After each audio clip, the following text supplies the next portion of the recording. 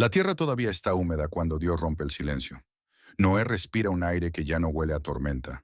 El arca queda atrás, inmóvil, como testigo del juicio que acaba de pasar. El mundo no tiene ciudades ni multitudes. Solo 8 personas y una palabra que está a punto de cambiar la historia. Lo que sucede aquí no es un simple reinicio. Es el momento que define cómo vivirá la humanidad después del diluvio. Quédate, porque desde esta tierra vacía veremos cómo nace un pacto eterno, cómo surgen las naciones y cómo una torre intentará desafiar el cielo. Noé y sus hijos permanecen bajo el cielo abierto. Dios habla primero. No espera que la humanidad improvise su futuro. Declara dirección clara. Fructificad y multiplicaos, y llenad la tierra. Génesis 9:1. La vida continúa por mandato divino. El temor del hombre cae sobre los animales. Toda criatura es entregada en sus manos para alimento, pero con un límite. La sangre no debe comerse, porque la vida pertenece a Dios. La violencia no queda sin consecuencia. La sangre humana será demandada, porque el hombre es hecho a imagen divina. La dignidad permanece incluso después del juicio. La tierra no vuelve al caos. Ahora comienza a llenarse bajo orden y responsabilidad. Después del mandato y las normas sobre la vida, Dios establece algo que no depende del comportamiento humano. No es solo una orden, es una promesa. Declara que nunca volverá a destruir toda carne con aguas de diluvio. La tierra permanecerá estable bajo esa palabra. Entonces señala una evidencia visible.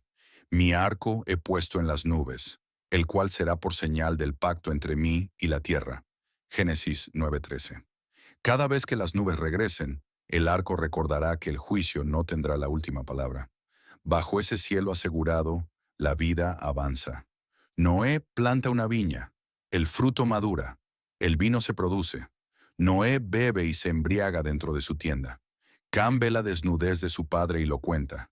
Sem y Jafet cubren sin mirar. Cuando Noé despierta, pronuncia bendición y maldición que alcanzarán generaciones futuras. Con la muerte de Noé, la historia no se detiene. Sus hijos comienzan a multiplicarse y la tierra vuelve a llenarse conforme al mandato inicial. El registro abre declarando: estas son las generaciones de los hijos de Noé, Sem, Cam y Jafet, a quienes nacieron hijos después del diluvio. Génesis 10:1. De Jafet surgen pueblos que se extienden hacia regiones lejanas. De Cam nacen linajes que ocuparán territorios fértiles y estratégicos. Entre ellos aparece Nimrod, que llega a ser poderoso en la tierra y cuyo reino comienza en Babel. De Sem también descienden familias que preservan una línea específica. Las familias se convierten en naciones. La tierra ya no está vacía. Ahora está organizada por territorios, linajes y pueblos definidos. La expansión no es desordenada. Cada familia se establece conforme a su linaje.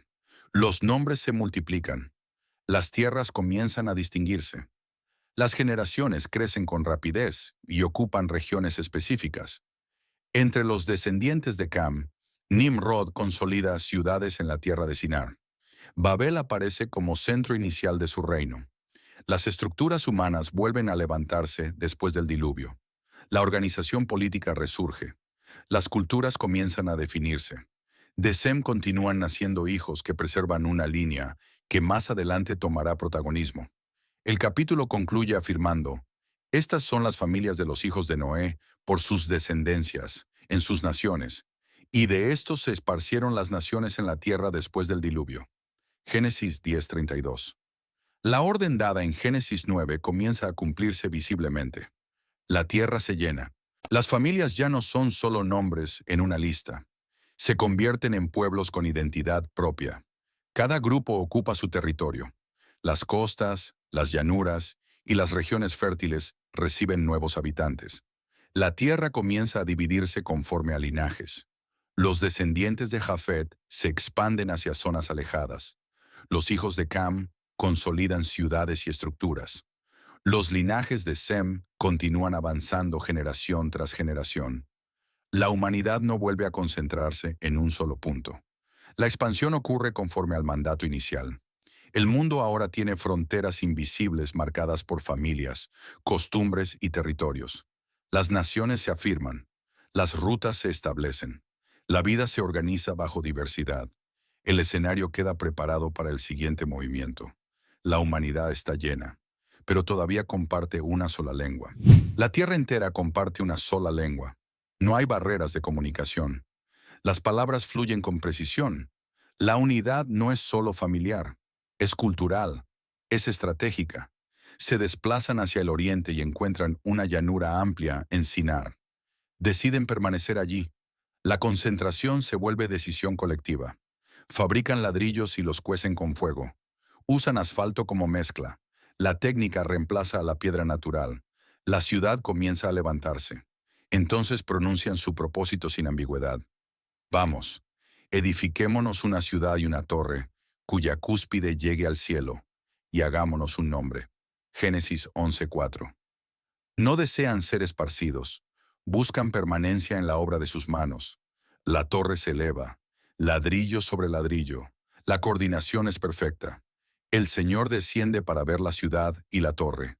La unidad humana ahora enfrenta un límite. El Señor observa la ciudad y la torre que edifican los hombres. No ignora su capacidad. Ve que el pueblo es uno y que todos comparten el mismo lenguaje. La unidad les permite avanzar sin freno visible. Lo que imaginan, lo ejecutan. Entonces decide intervenir. No destruye la ciudad con fuego. No envía diluvio. Actúa en el punto exacto de su fortaleza, el lenguaje. Las palabras comienzan a fracturarse. Las instrucciones ya no coinciden. Lo que uno ordena, el otro no entiende. La coordinación perfecta se convierte en confusión. El proyecto se paraliza desde dentro. El texto declara: Así los esparció Jehová desde allí sobre la faz de toda la tierra, y dejaron de edificar la ciudad. Génesis 11:8. La torre queda inconclusa. La unidad se fragmenta. La dispersión comienza. La llanura que antes resonaba con una sola voz ahora se llena de sonidos que no coinciden. Los grupos se miran sin comprenderse. Las órdenes se interrumpen a mitad de frase. La coordinación desaparece sin necesidad de derrumbe. La torre permanece en pie, pero ya no avanza. Las herramientas se abandonan. Las alianzas se fracturan. Cada grupo comienza a reunirse con quienes aún entienden su lengua. La concentración se convierte en separación. La ciudad recibe un nombre que conservará memoria de lo ocurrido: Babel. Allí el lenguaje es confundido. Allí la humanidad deja de hablar con una sola voz. La dispersión no es un accidente, es dirección divina. Las familias parten hacia distintos territorios. Las rutas se abren en direcciones opuestas. La tierra vuelve a llenarse, pero ahora bajo diversidad. La unidad forzada termina. El mundo cambia para siempre. La dispersión continúa más allá de la llanura de Sinar. Los grupos avanzan en direcciones distintas, siguiendo las voces que aún comprenden. Las rutas se separan. Los campamentos se multiplican. La tierra comienza a poblarse bajo diversidad real. Babel queda atrás como memoria del límite. La torre permanece incompleta, recordando que la unidad humana no puede sostenerse cuando busca afirmarse contra el propósito divino. El proyecto termina sin necesidad de ruina visible. Simplemente se detiene. La humanidad no es destruida, es redirigida. Ahora el mundo ya no habla con una sola voz. Cada pueblo conserva su lengua. Cada grupo ocupa su región. La expansión finalmente ocurre. La historia que comenzó en tierra húmeda, después del diluvio, llega hasta aquí. Las naciones existen. El mapa está formado. Desde la tierra aún húmeda, después del diluvio hasta la llanura de Sinar, la historia avanza sin saltos. Primero, Dios establece mandato y límite. La vida debe multiplicarse, pero bajo responsabilidad. Luego fija un pacto visible en el cielo. El arco recuerda que el juicio por agua no volverá. La humanidad crece. Las familias se convierten en naciones. La tierra se llena conforme a linajes y territorios. La expansión cumple la orden inicial. Sin embargo, cuando la unidad humana intenta asegurarse permanencia por sus propias manos, surge Babel. La torre se levanta, pero el lenguaje se fragmenta. La dispersión ocurre. El mundo queda dividido por lenguas y regiones. Así concluyen estos capítulos. La humanidad es preservada, multiplicada y redirigida. El escenario queda preparado para el siguiente movimiento de la historia. Si este recorrido por Génesis 9, 10 y 11 te ayudó a ver la historia en su orden real, continúa avanzando conmigo. Aquí no saltamos capítulos ni aislamos escenas. Caminamos paso a paso por la escritura, entendiendo cómo cada evento prepara el siguiente. Desde el pacto del arco hasta la dispersión en Babel, cada detalle tiene un lugar dentro del plan mayor que sigue desarrollándose. En el próximo episodio veremos cómo, en medio de naciones ya formadas, Dios comienza a hablar de manera directa a un hombre específico, abriendo una nueva etapa decisiva. Suscríbete ahora y activa las notificaciones para no perder el siguiente capítulo de la Biblia en orden. Sigamos recorriendo juntos la narrativa completa, sin fragmentarla, permitiendo que el texto marque el ritmo y la dirección de la historia.